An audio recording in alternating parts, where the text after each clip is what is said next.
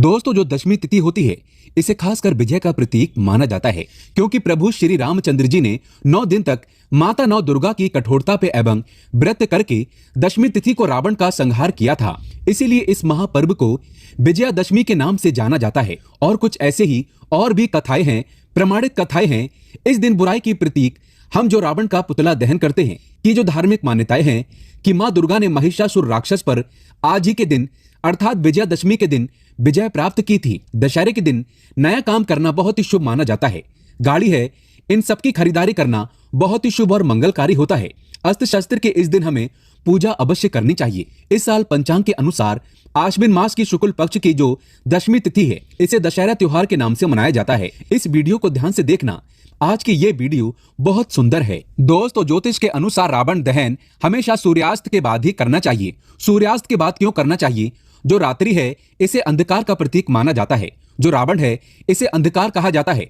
तो अगर कोई व्यक्ति, ध्यान से सुनिएगा, अगर कोई व्यक्ति रात्रि काल में दशहरे के दिन रावण का दहन करते हैं तो ऐसा व्यक्ति रोग, दोष, शोक, संकट आदि ग्रहों की भी स्थिति, सभी प्रकार की बाधाएं, विपदाएं, नकारात्मक ऊर्जा, घर परिवार में कलेश सब दूर हो जाता है। तो ऐसे में हम जानते हैं विजयादशमी पर ऐसे वो कौन से पौधे हैं जो हमें घर में अवश्य लगाना चाहिए, जिससे कि आध्यात्मिक रुचि बढ़े, घर में अपार धन की प्राप्ति हो। दोस्तों, हमारे धर्मशास्त्र कहते हैं अगर इस दिन कुछ शमी के पत्ते तोड़कर अपने पूजा घर में रखें, जैसे कि जो शमी के पत्ते हैं, और उन्हें तोड़कर एक लाल कपड़े में थोड़े अक्षत, एक सुपारी और शमी के कुछ पत्ते डालकर आपको एक पोटली बना लेना है।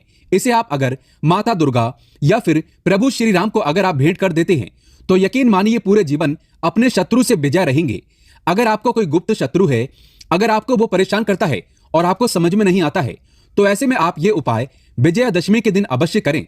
अगर कोई गुप्त शत्रु होगा तो उसका अपने आप ही विनाश हो जाएगा, आपकी विजय हो जाएगी। दोस्तों, हम कई ऐसी जानकारी लाते हैं जो आपके जीवन को बेहतर बनाते हैं। आज जो जानकारी हम आपको बताने वाले हैं उसे अपने तक सीमित मत रखना, दूसरों को भी शेयर अवश्य करें। यह जानकारी आपको राजा बना देगी। आपको धनी होने से कोई नहीं रोक सकता। आगे बढ़ने से पहले अभी तक आपने हमारे चैनल को सब्सक्राइब नहीं किया है तो चैनल को सब्सक्राइब करके बेल आइकन जरूर दबाइएगा। सच्चे हृदय से लिखना ना भूलें जय श्री राम। कमेंट बॉक्स में जय श्री राम अवश्य लिखें। दोस्तों, अब जानते हैं वो ऐसे कौन से पौधे हैं जिन्हें विजयादशमी के दिन लगाना चाहिए। इससे आपका रुका हुआ कार्य, रुका हुआ पैसा, बंद किस्मत के ताले सब खुल जाते हैं।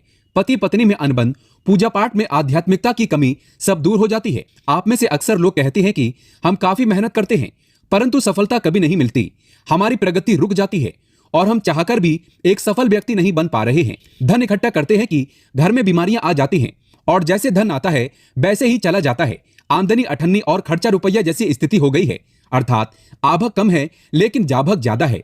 तो इस प्रकार की समस्या से अगर आप भी घिरे हुए हैं और आप चाहते हैं आपको मनोवांछित नौकरी की प्राप्ति हो जाए, मनोवांछित फल की प्राप्ति हो जाए, आपको कार्य क्षेत्र में सफलता मिले, तरक्की मिले, आपके बंद किस्मत के ताले खुल जाएं, बहुत सारा ढेरों लाभ अगर आप प्राप्त करना चाहते हैं तो वीडियो को ध्यान से जरूर देखना। दोस्तों, इस दिन कौन सा पौधा लगाना चाहिए? तो ऐसा माना जाता है कि प्रभु श्री रामचंद्र जी ने नवरात्रि के 9 दिन तक माता नौ दुर्गा को शमी के पत्ते समर्पित किए थे। ध्यान से सुनिएगा, कई कथाएं ऐसी हैं जिसमें कहा गया है कि जो शमी वृक्ष होता है उसके पौधे होते हैं तो इसे साक्षात माँ दुर्गा का स्वरूप माना जाता है। इसमें माता रानी माँ दुर्गा का वास होता है। तो प्रभु श्री रामचंद्र जी ने नवरात्रि के 9 दिन माँ दुर्गा को शमी के पत्ते अर्पित किए थे और जिस दिन रावण का वध भी हुआ था उस दिन माता ना दुर्गा को प्रभु श्री रामचंद्र जी ने शमी वृक्ष की पूजा की थी। शमी वृक्ष की पूजा करने के बाद शमी के पत्ते माता दुर्गा को अर्पित किए थे और जाकर के रावण का संहार कर पाए। दोस्तों, प्रभु श्री रामचंद्र जी ने स्वयं कहा है कि जो शमी के वृक्ष हैं ये बहुत ही पवित्र हैं।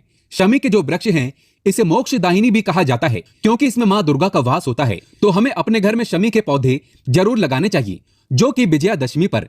अब हम आपको बताते हैं इसके लगाने की विधि कि आपको कहां लगाना चाहिए और कैसे लगाना चाहिए, कौन सी दिशा में लगाना चाहिए, जिससे आपका भला हो, आपका कल्याण हो, आपकी सभी बिगड़े कार्य पूरे हो जाएं। दोस्तों, इससे पहले जानते हैं कि शमी के पौधे अगर हम दशहरे के दिन या विजयादशमी के दिन अगर अपने घर में लगा लेते हैं तो इससे हमें क्या फायदा मिलता है। पहला फायदा है कि शत्रु पक्ष में आपको सफलता प्राप्त होती है, शत्रु पर आपकी विजय प्राप्त होती है।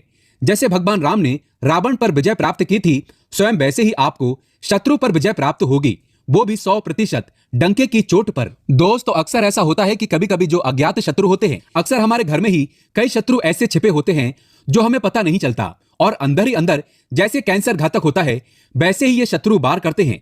अक्सर अज्ञात शत्रु, गुप्त शत्रु घर में ही पाए जाते हैं, लेकिन इनके बारे में हमें पता नहीं चलता।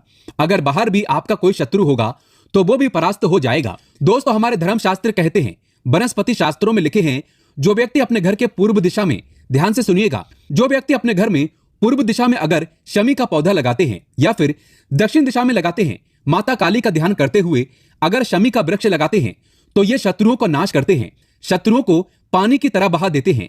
लेकिन खासकर हो तो पूर्व दिशा में ही लगाना चाहिए। अगर आप इसे दक्षिण दिशा में लगाते हैं तो शत्रुओं का पूर्ण रूप से विनाश हो जाता है। ऐसे में आपको भी इसका नुकसान हो सकता है। इसीलिए दक्षिण दिशा में लगाने के बाद कुछ महीने आप इस पौधे को दोबारा से पूर्व दिशा में लगा लें। बहुत ही शुभ माना जाता है। इससे आपका भी भला होगा और दुश्मन भी आपसे दूर रहेगा। अगर कोई व्यक्ति विजयादशमी के दिन शमी वृक्ष को पूर्व दिशा में लगाता है तो ऐसा व्यक्ति हमेशा शत्रुओं से बचा रहता है, उसकी विजय होती है। मान लीजिए आपको कोई हरा ही नहीं सकता। जैसे भगवान राम की विजय हुई थी, तो ऐसे में आपकी भी कभी पराजय नहीं होगी। आपके ऊपर हमेशा 9 देवियां अर्थात माता दुर्गा का आशीर्वाद सदैव आपके सर पर होगा। भगवान राम का आशीर्वाद हमेशा आपके ऊपर होगा। अगर कोई कितना भी बड़ा तांत्रिक ही क्यों ना हो, वो आपका कभी कुछ नहीं कर पाएगा। भले ही उसे कितनी ही सिद्धियां ही प्राप्त क्यों ना हो, कितना ही बड़ा गुणवान हो, जादू टोना बुरी शक्तियां कभी आपके ऊपर हावी नहीं होगी। जब तक आपके घर में शमी वृक्ष है, शमी पौधा है, तब तक ये समझ लीजिए कि आपके ऊपर माता दुर्गा का आशीर्वाद है, भगवान राम की कृपा है। उल्टा उसी का षड्यंत्र रचा जादू टोना टोटका उसके ऊपर ही हावी हो जाएगा। तो ऐसे में आप इस दिन अपने घर में शमी का पौधा अवश्य लगाएं। तो चलिए आपको इसका दूसरा फायदा बताते हैं। इससे धन लक्ष्मी प्राप्त होती है। मैं आपको कई बार बोल चुका हूं कि जहां पर पवित्र वृक्ष रहते हैं, पवित्र पौधे होते हैं, तो वहां पर दिव्य शक्तियों का वास होता है, माता रानी का वास होता है, भगवान का वास होता है। खासकर माता लक्ष्मी दौड़ी दौड़ी चली आती है। पेड़ पौधों को माता लक्ष्मी का स्वरूप माना जाता है, धन लक्ष्मी का स्वरूप माना जाता है, जो धन की आवक को बढ़ाते हैं। जो व्यक्ति निर्धन है और चाहते हैं कि जल्दी धनवान बन जाएं, उनके जीवन में धन की कमी ना हो और माँ नौ दुर्गा की कृपा प्राप्त करना चाहते हैं, महालक्ष्मी की कृपा प्राप्त करना चाहते हैं, अगर आप 33 कोटि देवी देवता की कृपा प्राप्त करना चाहते हैं, जिससे कि आपकी आध्यात्मिक उन्नति हो, तो शमी वृक्ष अवश्य लगाएं।